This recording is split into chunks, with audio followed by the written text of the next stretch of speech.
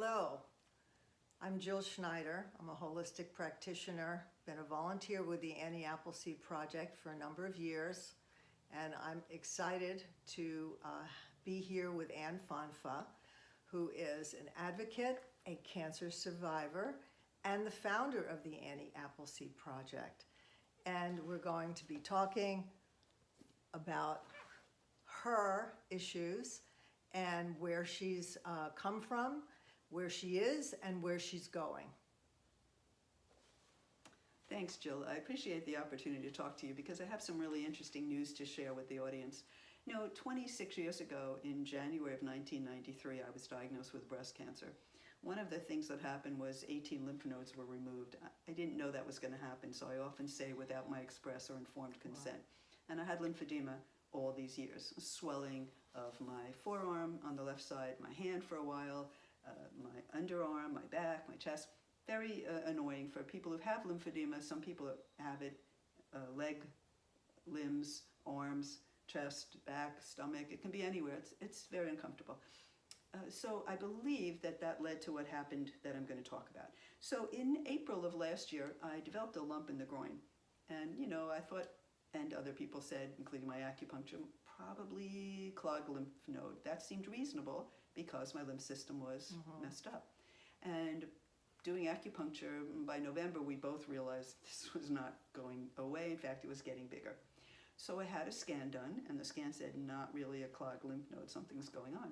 And so then I had to have a biopsy. I can't do general anesthesia because of my multiple chemical sensitivity, which in my opinion is related to all the other problems. So, comorbidities, folks, where you have one thing, but it doesn't mean you can't have other things. So I had bad digestion, constipated most of my life. I believe that led to the multiple chemical sensitivity. I was auto-intoxicated, as some people call it. Chemicals bother me. So general anesthesia actually kept me awake. The first time I had it, which was 26 years ago, I didn't sleep for 6 nights in a row. That way lies madness, let's just put it that way. So I said to the surgeon, I have to have a local for this. So he had to send me somewhere else.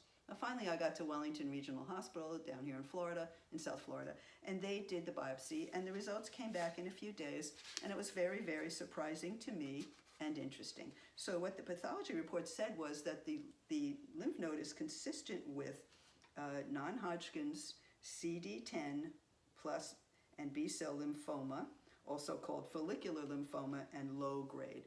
So this time around, and the biopsy was actually done, believe it or not, 26 years to the day from the day I was told I had breast cancer. That was ironic in every way. And so low grade and consistent with. So now I say, to myself, okay, well, I'm going to get treatment right away. And I contact, and this time around, I know people, and I know things, and I understand nuances. Wow. So the first person that I talked to about it probably was Jill. and I also spoke to Lise Battaglia, who's a homeopath in Florida, in Daytona, and she was treating me for sleep issues. And then she began to give me protocols for lymphoma. I also contacted Dr. George Wang, who's the herbalist in New York City, who produced Chinese herbal prescriptions for me and healed me of 9 years of recurrent breast cancer. Most people know that story. It's all over the internet. Okay, so I got the herbs a couple of weeks down the road. And then Dr. Wang said, hey, you need blood work. No one suggested that. I often hear there's coordinated care, but I can tell you this, I never get coordinated care. I mean, it didn't happen all those years ago, and it didn't happen now. So separately, I got blood work. I went to the Life Extension Foundation, which is a place I found in '95. They do supplements, they have magazines, they have articles, they do, they gather research, which is what I also do, and I love that. So I looked up follicular lymphoma, and I couldn't figure out what blood test to get. So then I contacted Dr. Mark Rosenberg, who's a Boca Raton based integrative oncologist. And he kindly told me what to do. So I went and had the blood work done, and that was super interesting because just like what happened to me with breast cancer, it doesn't show up in the blood. I only had one blood test during the breast cancer years that showed breast cancer, and that was right after surgery. So this time, it's now several weeks past surgery, and I have the blood work done, and every single test within this category showed nothing. It was all normal. You had surgery? I had the biopsy The done, but biopsy. I did not have the lump removed. It's still there. And in fact, Dr. Wang said I need to not try and get rid of it, but to be followed at least with something, because apparently the blood work's not going to work. The next step is I'm actually going to see Dr. Rosenberg for an appointment and really talk about what this all means next on Monday. So that's just a few days from now. Now, let me say this. I'm not petrified because A, it's slow growing. And even when you look up the normal course of events using conventional treatment or not, and by the way, watchful waiting is one of the ideas. I don't believe in watchful waiting. People have seen that. I've said that on other conversational videos. What are you waiting for? You know, you're waiting for it to get worse? What's that about? So, of course, I'm doing things already, and I always have. I also consulted Dr. Ralph Moss, who creates reports for people on various illnesses, and he created a report for me about follicular lymphoma. And I have the list here of the most well-researched things in the natural world that I'd be willing to do. I also noted what some of the symptoms are that I have, and that would be fatigue, but then again, you know, everybody's got fatigue, and we are aging and so on. But I do like to take a nap. I work at home, so I can nap when I need to. Night sweats, yes. Menopausal. I've had hot flashes for many, many years. I have less of them now, but now I had night sweats for the last maybe 3 years. Is that a symptom of this illness that I didn't catch? You know, maybe. I don't know. This is something I'm hoping that Dr. Rosenberg can clarify for me. Additionally, there was a loss of appetite for a couple of weeks, but when I found out that was a symptom, I purposely try to eat all my meals. And then itchy, it says. So I don't spray my house with chemicals for bugs. So my house has bugs. And sometimes little tiny ants crawl on me, and I can feel it. And, you know, if you crawl on me, I'm sorry. I'm sorry. Just gotta go. It's your karma. So, but, you know, but maybe am I itchy or not really itchy, but I feel like some things are on me some of the time. Maybe more than before. You know, it's hard to know because we are suggestive. I'm suggestive. And when I find out itchy, I think, oh, maybe I am itchy, you know, maybe I'm not. I don't really know.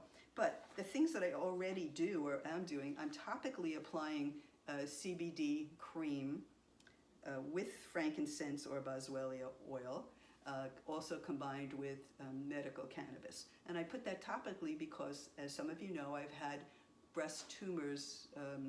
Well, I had them over a 9-year period, and about 5 years ago, I developed them along the scar line. But, you know, I have the world's slowest growing breast cancer.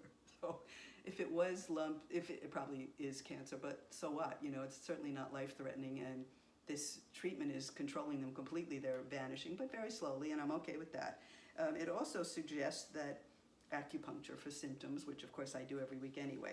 It also suggests mistletoe extracts, and my acupuncturist and I are working on getting some of that I'm going to try, along with the herbs. And I discussed that with Dr. Wang, and first he said no to mistletoe, but you know, it's my protocol, so we had another conversation, which I said, I think it sounds good, and I'm willing to do it. So I probably will do that as well. Now, one of the things says Pau d'Arco tea.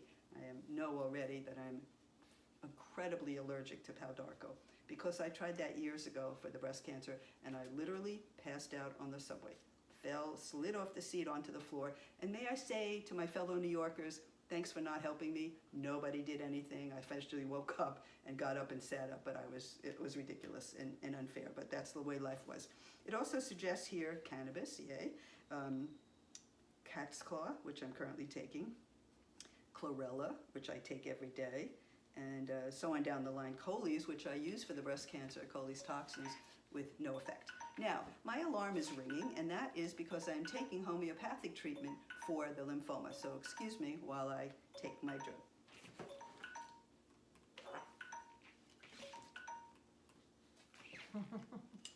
It's a very interesting protocol. It's 10 teaspoons of 2 or 3 different, right now it's 2 different, but on Sunday it's going to be the 3rd different thing. And I have to sip it. I think this is my last one. Yes. And it has no flavor, but it's a homeopathic, so it means that I mix it up when I do it in the beginning of the week on Sunday, 11 teaspoons with the little tablets, and take 10 per day and refill it for the week. So that's fabulously interesting. Taking it for sleep has been very effective for me. I stopped worrying about sleeping, which I hadn't realized was such a big factor, that I would lay in bed or be in the evening, hanging out with my husband. He's watching TV, I'm reading, and thinking, oh, I might not fall asleep, and being concerned. So that went away with the homeopathy, so that was pretty useful, I have to say.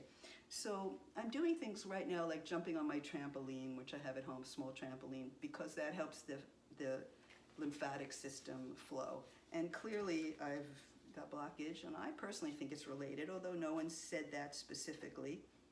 But these, unfortunately, not a lot is known about any cancer. What's the natural course of any cancer? Does anyone know? I don't.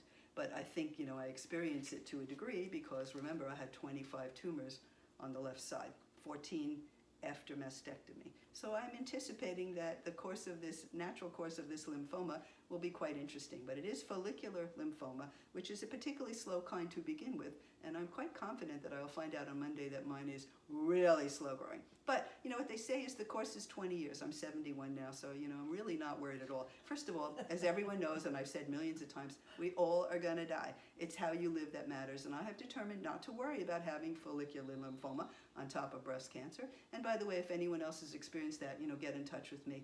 Our website's annieappleseedproject.org, and I look forward to your comments. Thanks a lot, everybody. See you again soon. Thank you, Anne. Authentic Anne. I love it.